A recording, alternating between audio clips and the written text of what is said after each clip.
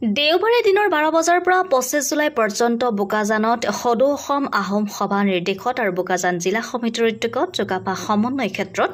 আয়োজন কৰা হৈছে টাই আহোম গীত নৃত্যৰ কৰ্মশালা। টাই আহোমসকলৰ কলাকৃষ্টি আৰু সংস্কৃতিসমূহ উঠি অহা প্ৰজন্মক পৰিচয় কৰি দিয়াৰ অৰ্থে পোনপ্ৰথমবাৰৰ বাবে এই কৰ্মশালাৰ আয়োজন কৰা হৈছে বুলি জানিব পৰা গৈছে।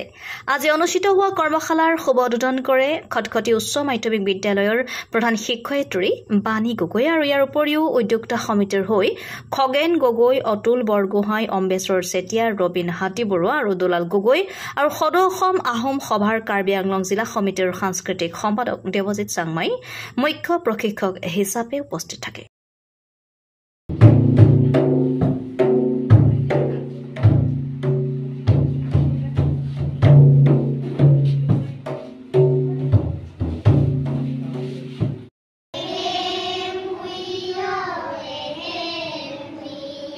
Hey, hey,